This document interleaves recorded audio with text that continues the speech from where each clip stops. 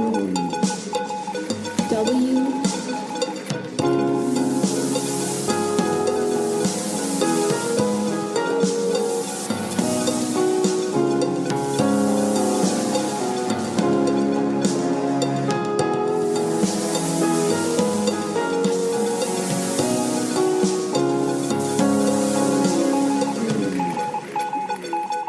Welcome back to Cohort W, the podcast where we get real about the Warrant Officer cohort, our legacy, our leadership, and where we go from here.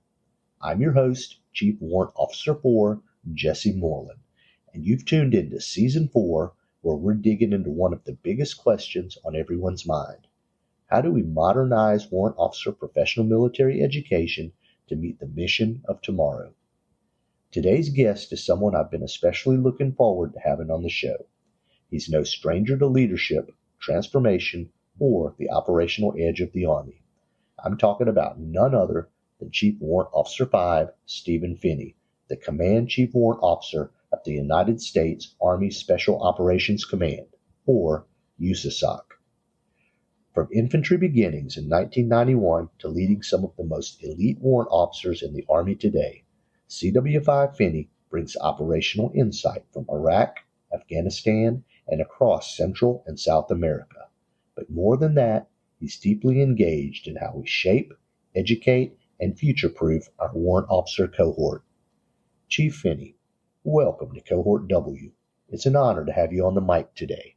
Hey, thanks. I appreciate you inviting me to be here. It's an honor to speak with you and kind of give my perspective on things. I know you guys have had some great guests and content on this podcast over the years, and I'm just looking forward to hopefully adding to some of that. Thank you, sir. So your career path from infantryman to the senior warrant officer in USASOC is nothing short of inspiring. What early experiences or leadership moments help shape your trajectory towards this pinnacle role? Yeah, just first off, I never expected to be standing here where I am today. When I was thinking about your question, I remember a couple of years ago we had General Brito, the TRADOC CG, came here to Fort Bragg, and we picked him up and we took him out to Camp McCall, and we were driving in the van. I was sitting next to him, and he asked me, he said, "Hey, Chief, what's your background?" And I said, "Hey, sir, to tell you the truth, I'm a Army recruiting success story. I graduated high school when I was 17, didn't have a plan, and that lack of plan turned into a really bad plan. So when I was 21, I joined the Army and went off to basic training when I was actually 22. I never thought I would be sitting where I'm sitting today. It's an honor to serve my country. And it's just awesome to be a part of this organization. And, but if I look back on it, I think for me, it all goes back to leadership. I've been incredibly fortunate to have great leaders, officers, warrant officers, and NCOs, who invested in me early on, from my drill sergeant, all the way to, the CG and the CSM that I work with now. My leaders have given me what I needed to be successful. And that's what good leaders do. They've given me opportunities, they've challenged me, held me accountable, and showed me what right looks like. And I just try to carry that forward because, I owed it to everyone around me today and those coming up behind me. I think I also understood early on that this is a team sport. No one succeeds alone. Every role, every rank, whether it's operational or support, contributes to the mission. And I think that perspective really kind of helps shape everything that I do today. And here in USASOC, as the Command Chief Warrant Officer, I have the privilege, but I guess also the responsibility of representing over 1,300 warrant officers, from across the 17 branches and more than 30 MOSs. And, while I'm an SF warrant officer by trade, I can't just focus on that 180 Alpha population. My job is to advocate for all warrant officers, and I guess more broadly to support everybody in this command because, in USASOC, Everyone thinks, an RSOF soldier is just someone who's special forces, civil affairs, or PSYOP. But I like to think it's, every one of the 36,000 people, in this command who are conducting or enabling special operations around the world every day. Any given day, 3,000 people deployed to 80 plus countries. When I think about the evolution of PME and modernization, I want to make sure that we're developing, we're educating, we're building leaders across all specialties, to integrate, adapt, and lead in those complex and uncertain environments. Incredible, sir. It's clear those foundational experiences built the resilience and vision you lead with today. So let's talk modernization. The Army is moving fast with the PME redesign. From your vantage point at USASOC, how is this shift playing out? What changes are you anticipating, and how are they tailored to the unique needs of the Special Operations Warrant Officer cohort? Yeah, that's a great question. Hey, regarding PME, I think the first thing we need to do, and what I think is important, is clarify the difference between education and training, because I don't consider them to be the same when we're talking about professional military education. Training develops skills needed to execute a specific task or a mission. And education, on the other hand, should cultivate, critical thinking, strategic understanding, and leadership, by encouraging analysis, fostering innovation, and broadening our perspective. And I think we can do all that in the context of our individual technical skills, and as we modernize PME, I think we need to view it through that lens. Education as a developmental tool and not just a means to train tasks. For a new W1, the focus is understandably weighted towards training. We're trying to get them moving in a direction where they're going to, master or employ a specific system or capability that they specialize in. But as that warrant officer begins to progress, they must begin to understand how they integrate into that broader operational system.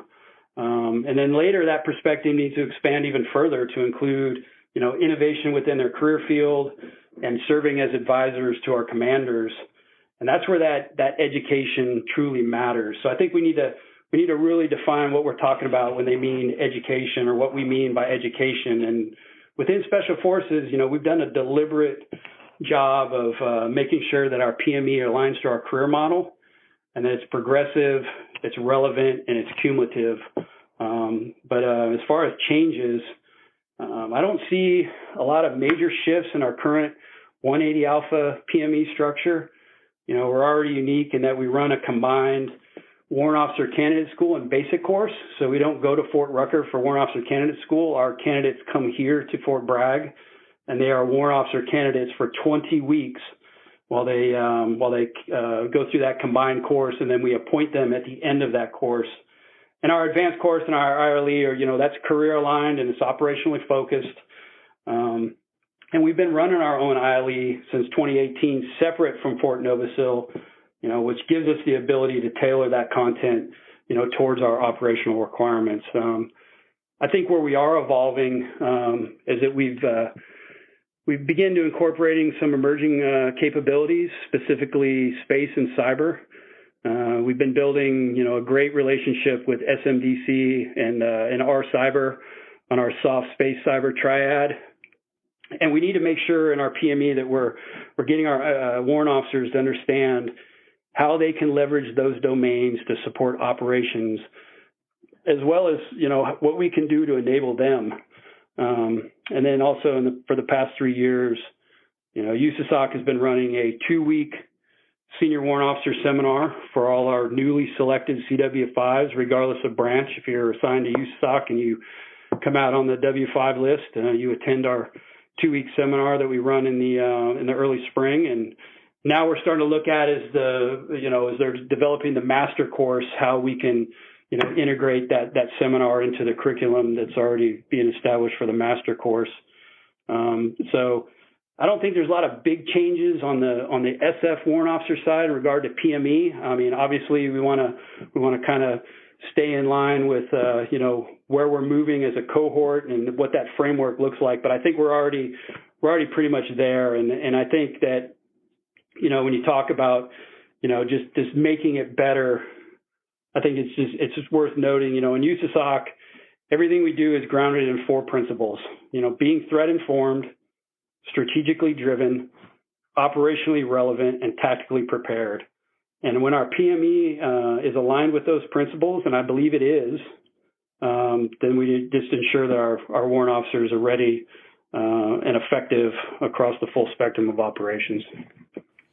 Given the rapid advancement of technology, how is USASOC making PME better to ensure warrant officers are proficient with emerging tools and platforms relevant to special operations? Yeah, that's a challenge. I think that's a challenge for everybody. I think the advantage that we have is, our technical skill. We're a little bit different. SF warrants are a little bit different. We don't have, so much a system, a process, or a piece of equipment that we specialize in. Our specialty is operational planning, joint planning process, ops intel fusion. So I think we kind of get a hall pass on some of the new tech or tools that other branches are trying to incorporate. But I'll just say, let's be honest. We're never going to keep up with the speed of innovation in our training institutions. I mean, that's tough. If you just look at the battlefield in Ukraine, innovation cycles are happening in hours and days, not months and years. And, that kind of speed is really hard to match. But with that said, I think there's probably some things we can do. We should try and we should work hard at trying to get those new technologies and equipment into the hands of our schoolhouses earlier. But, that always comes with a trade-off when you talk about, fielding priorities across the force, and that's totally understandable.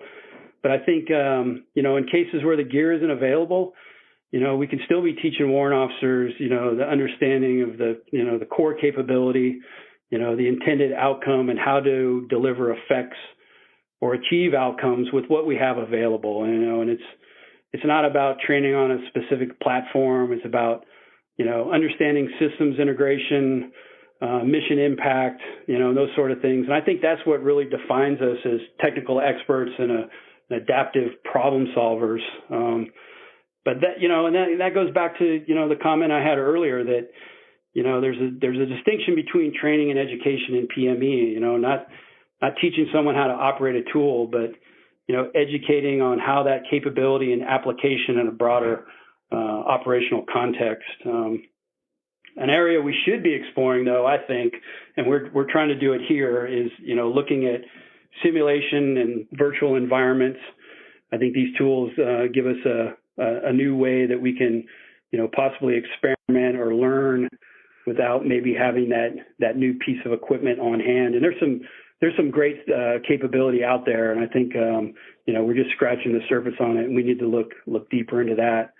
But let's be realistic. These legacy systems aren't going away overnight. We should still be teaching warrant officers how to overlay our modern challenges on some of these legacy platforms, because innovation isn't just about new tech. It's about new ideas and new ways of doing things with some of the stuff that, that we already have. And, at the Special Forces Warrant Officer Institute and hopefully across the other institutions, we're staying closely connected to the operational force. And that ongoing dialogue is what, allows us to rapidly integrate, feedback and lessons learned in the curriculum, and keep our content relevant to the current fight. And I think, if we look at it that way, that's how we're going to ensure our warrant officers remain effective in this fast-changing environment. Special operations is built on legacy, trust, and precision, but innovation is part of the DNA too. How do you personally strike the balance between preserving special operations traditions and driving innovation in PME? Yeah, I'm glad you asked that question, because we talk about this a lot. I think balancing tradition with innovation, is really at the core of special operations culture. What people sometimes miss is that, innovation is part of our tradition. From the beginning, I think RSOF has been built on, initiative, adaptive problem solving and unconventional thinking. embracing change isn't really a departure from our roots. It's really reinforcing them. We study our history and lessons learned. It's an essential way to look at problems and solve modern problems. There's a lot to learn from our history, and we really, try to leverage that within our schoolhouse. And, when you look across time, from the OSS and the 1st Special Service Force in World War II, to the Special Forces teams operating in Korea and Vietnam, our Cold War missions, and, what we did for 20 plus years in GWAT, RSOF is continuously adapted to the environment. And, we're still doing that today as we're integrating space, cyber, robotics, and other emerging technologies into our formations. We're involved in the Army's TIC and, the new Army Transformation Initiative that rolled out a couple weeks ago. I think we are well aligned to support the Army there. We're creating the new 390 Alpha Warrant Officer career field, to have someone laser focused on robotics and unmanned systems. It's the most casually producing weapon system on the battlefield today in Ukraine. And we don't have someone specializing in that area. And we're looking to lead the Army in that space. And I think that's a growth industry for the Army. And it really, that's been a value of RSOF over the years is, the Army can use us, at a smaller scale to innovate and to test things and hopefully adopt that, to larger force. So we'll see where that goes. Another thing I think RSOF has done well over time is this bottom-up approach to innovation. The best ideas don't come from the headquarters here.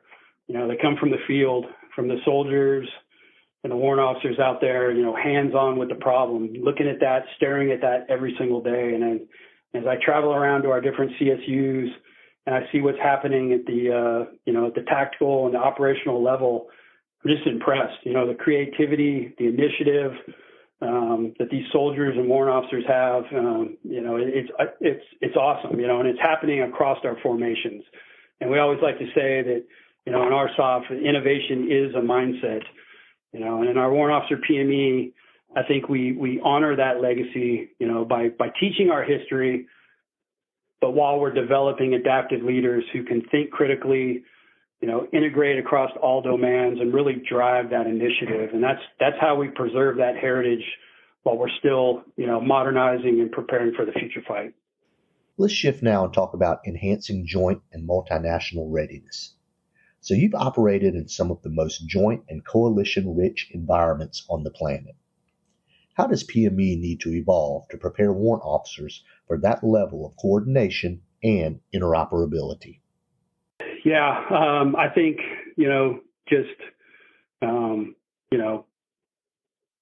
PME, including, some joint,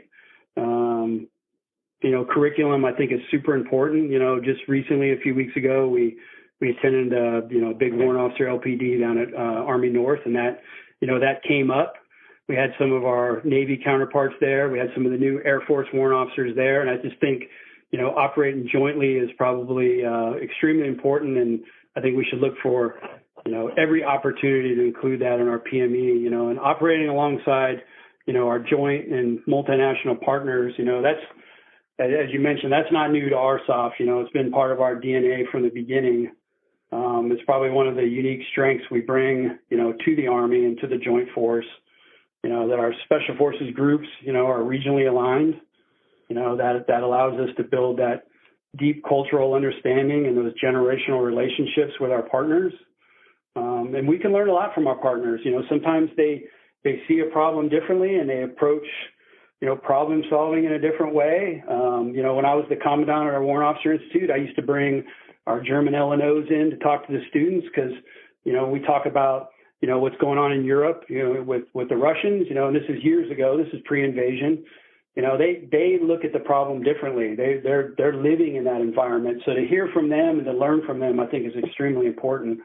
And as you mentioned, we routinely operate in joint environments, particularly in joint task force when we're forward or under the Theater Special Operations Commands with our other SOCOM components. And, our PME, deliberately incorporates that joint planning process and includes, capstone events hosted at different joint commands. So we ensure our warrant officers develop that, those technical skills and that operational awareness needed to function in a joint environment. And I think for everybody, as we confront the realities of, force reductions and tighter budgets, we have to be smart about leveraging joint capabilities because, moving forward, no service is going to operate in isolation. And for warrant officers, that means, developing a strong understanding of how to plug into and enhance joint operations, to increase not only our capability, but just that extra capacity that we might need with whatever we're doing. We should be placing more emphasis on, the cross-domain integration, operating with our coalition partners, our joint partners, and just strategic collaboration across all echelons. I think that's extremely important for, the future fight. And I think, and when possible, we should be encouraging more interaction with, foreign students and joint counterparts in our classroom environment. We're doing some of that at the Special Forces Warrant Officer Institute. We're discussing different courses of action to incorporate a few of our key partner nations into our courses, where it makes sense. And we've been, over the last year and a half or so, opening good lines of communication with our warrant officer counterparts over at Naval Special Warfare Command. So, we've always done it. We'll continue to do it, and we're just looking for ways to make it better. And I just encourage everyone else to do the same. And our goal should be to develop warrant officers, who can integrate across the joint force and then also operate seamlessly with allies and partners. Your deployments across Central and South America, as well as combat tours in Afghanistan and Iraq, provide a wealth of experience. How are such operational insights being incorporated into PME to provide real-world context to theoretical learning? Yeah, that's a good question. I don't think it's not just my operational experience, it's that collective experience of our cadre, and more importantly, the students themselves. One of the most valuable aspects of our PME today is that peer-to-peer learning that happens in the classroom. Our students are bringing recent real-world insights into the classroom, and those perspectives help ensure, that the learning environment remains grounded and relevant. And looking back on my own deployments across Central and South America and also in Afghanistan and Iraq, I think I realized that, every operational environment presents a different set of challenges. There's not a one-size-fits-all, and the core principles of decision-making remain, consistent, but the way that you apply those in a counter-narcotics mission in Colombia, say, against, how you would approach combat operations in Afghanistan, that's different. That adaptability, that ability to assess the situation and adjust your approach, is really something we work hard to instill in our PME. And, I'll be the first to admit, some of my experiences, while still useful, they're dated. And what's even more valuable today is, what we're learning from our students is they're sharing, recent deployments to places like Eastern Europe, Africa, the Indo-Pacific, some of the things that they're doing right now, and some of our, exercises and experimentation we're doing with our joint partners and joint interoperability. That's where we're really learning, is the discussion we're having with the students that are bringing those real world problems and experiences into the classroom. And, we try to use those operational experiences to bridge that gap between our doctrine and our practice. And that's what ensures, the PME, is not just academically sound, but it's applicable to the contemporary and then also the future operational environment. Let's talk mentorship. How do you see mentorship evolving as a formal or informal part of PME? And how is it especially critical in special operations environments?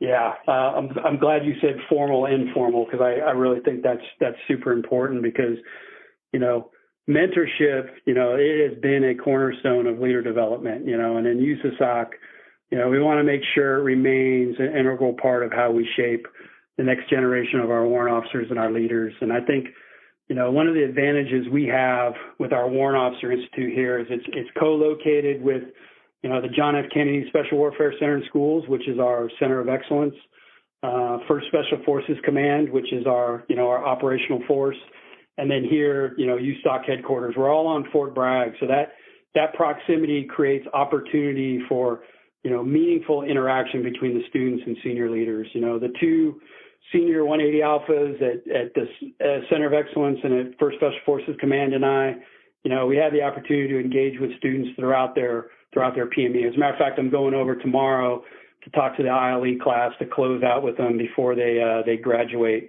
on Thursday. And, whether it's in the classroom, classroom discussions, leader panels, or just informal conversations you kind of have with different students in the hallway or, in passing, we really use those moments to reinforce, the professional expectations we have for them, just to share career insights and to kind of help broaden their perspective on leadership, at our level, at the operational and strategic levels. And I think that's super important from them, and I think they really appreciate it. But the mentorship, that's not just about the senior warrant officers going over there. We bring in leaders from every echelon to speak with and interact with the students in the 3 courses that we have over there. And, we also structure PME courses so that we encourage kind of more peer-to-peer mentorship. When we talk about the 3 different courses, our basic course, our advanced course, and our ILE, we schedule socials and different events where they can get together and we let those advanced course or those ILE students, depending on how the schedule lines up, to really kind of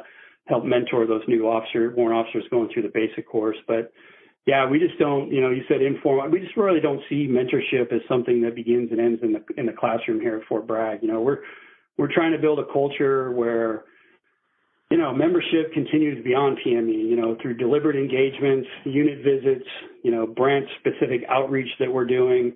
I think every single warrant officer, that I've ever talked to or who knows me knows that, they can call me, they can email me, they can ambush me in my driveway when I come home from work. I try to make myself available to everyone because I always tell them, if it's important to you, it's important to me. That's why I'm here. That's why this position, it exists. And we want every warrant officer in USASOC to know that the senior leaders are accessible and we're really invested in their growth, not just when they're here in the school, but throughout their entire careers, and ultimately, our goal is to build, a professional network across the entire warrant officer cohort. Like I said, I've got warrant officers from every single branch here, and I try to get out and I try to see all of them that I can, but it's a very diverse group. And I want to be the USASOC CCWO. I don't want to be the SF warrant officer CCWO. So, I think, mentorship is how, we just develop those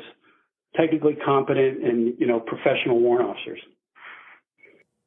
So change is never easy, especially when it's institutional. What are some of the biggest barriers you've seen to modernizing PME, and how do we get after them? Yeah, I'll tell you, modernizing PME is a complex effort across the Army, and I've got a great appreciation for that. I've been following the modernization efforts for almost 5 years, since Mr. Kilgore was the CAC CCWO. So I understand a lot of the challenges, from where this started, and Mr. Anderson taking it on, and now Mr. Taronis. But I'd say the SF branch, we've been fortunate to avoid, some of the obstacles that maybe some of my other counterparts or the branches they've encountered, largely because our PME was already pretty much aligned with the modernization framework. One thing we did do is we made a deliberate decision not to implement a separate W-2 intermediate course. In our assessment, the duties and responsibilities of our W-1s and W-2s who are assistant detachment commanders on a Special Forces ODA, they're essentially the same. So we didn't really see a reason to create another course. We thought that our basic course, pretty much met those operational requirements. And now a lot of our guys are really coming out of the course direct commission to W-2 anyway. So we made the decision not to do a W-2 course. We were also, as I mentioned earlier, we've been ahead of the curve in terms of, senior leader education, since 2018, running our own ILE separate from Fort Novasil.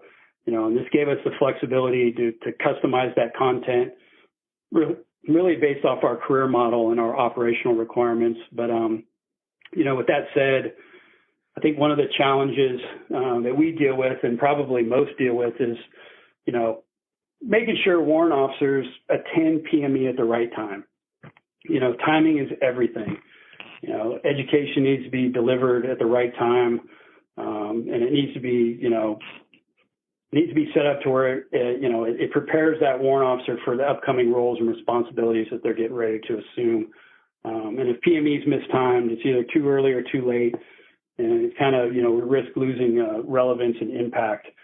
So I think on our end, really, ongoing focus, first is making sure our PME remains aligned with our branch-specific career model and our operational demands. And then second, ensuring that our warrant officers attend PME at the appropriate point in their career. And I think when we get both of those right, the content and the timing, we see a much greater return on investment, really, because I think of PME modernization, it's about, making it more meaningful, directly tying it to what a warrant officer needs at that point in their career, and then also ensuring that they have a positive experience when they attend. So that's kind of where we're at on the PME modernization. And I don't think, I'll admit we got it easier. I don't think we're dealing with some of the issues maybe some of the other branches are dealing with as they move towards the modernization framework. Future conflict isn't just more kinetic, it's more complex. In your opinion, what new competencies will tomorrow's warrant officers absolutely need, and how do we bake that into PME today? Yeah, I think, we all know that, the demands we're putting on, not just the warrant officer cohort, but, everybody are increasing. We talked about tech. We talked about, just the direction the Army's going with this transformation initiative, and I think as we look to the future of warrant officer PME, I don't think we can really solely rely on traditional PME model to meet, the demands of the future operational environment. The nature of conflict is changing. It's faster. It's more multi-domain and just increasingly complex, and I think to prepare our warrant officers for that, we need a broader, more adaptive approach to professional development, not just professional military education, but professional development. I think this means, what are we doing to identify and integrate opportunities beyond, standard PME courses? I mean, I think there's already some exceptional programs out there, within Army and DoD, different courses that are available, maybe some interagency or joint exchanges, civilian education opportunities, training with industry, different seminars. I think all of these need to be deliberately mapped into our career models, not as extras, but as, core components of a modern, relevant developmental strategy. And, I often hear, if we had more people, we could do those things, but I think we have to be willing to take some calculated risk in our manning. If we wait for perfect conditions, we're always going to be reactive. The truth is the next generation of warrant officers, they're looking for those, broader developmental opportunities. They're hungry. They want to learn more. They want to know more. They want to grow. They want to be challenged. They want to bring more to the fight. And we should be doing everything we can to enable that. In fact, I see this as not only a smarter and more effective way to develop warrant officers, but also as a recruiting incentive. It goes back to that, chicken and the egg thing. If we had more people, we'd do it. But I think if we start doing some of the things, they will come, and when potential candidates see that we're serious about professional growth, it kind of reinforces that value of becoming a warrant officer. So, I think my vision for PME is that it's relevant, it's agile, it's diverse in content, and it's really purpose driven. What is the requirement? And, we need to be developing, I keep saying it, those adaptive technical leaders who are prepared not just for today, but for the operational demands of tomorrow. And I just don't think looking at warrant officer education within, the traditional PME framework, and I'm I'm not saying what we're moving towards or what we're doing isn't value added. I think it is, but I think we need more added to that, combining, institutional education, real world learning, fostering more innovation, and building a culture where, professional development is continuous and not just defined or confined to a classroom. Last question, sir. What advice do you have for current and future warrant officers navigating a modernizing force, a changing battlefield, and an evolving PME system? Yeah, I just say, if I'm talking to warrant officers within RSOF, I try to tell them, I really try to get the point across, like, hey, you're here, you're with us, you're part of the RSOF community, but I really need you to stay connected with your branch. It's really easy for our warrant officers to kind of lose connection, outside of RSOF and back into their branch. So I need them to stay connected with their branch.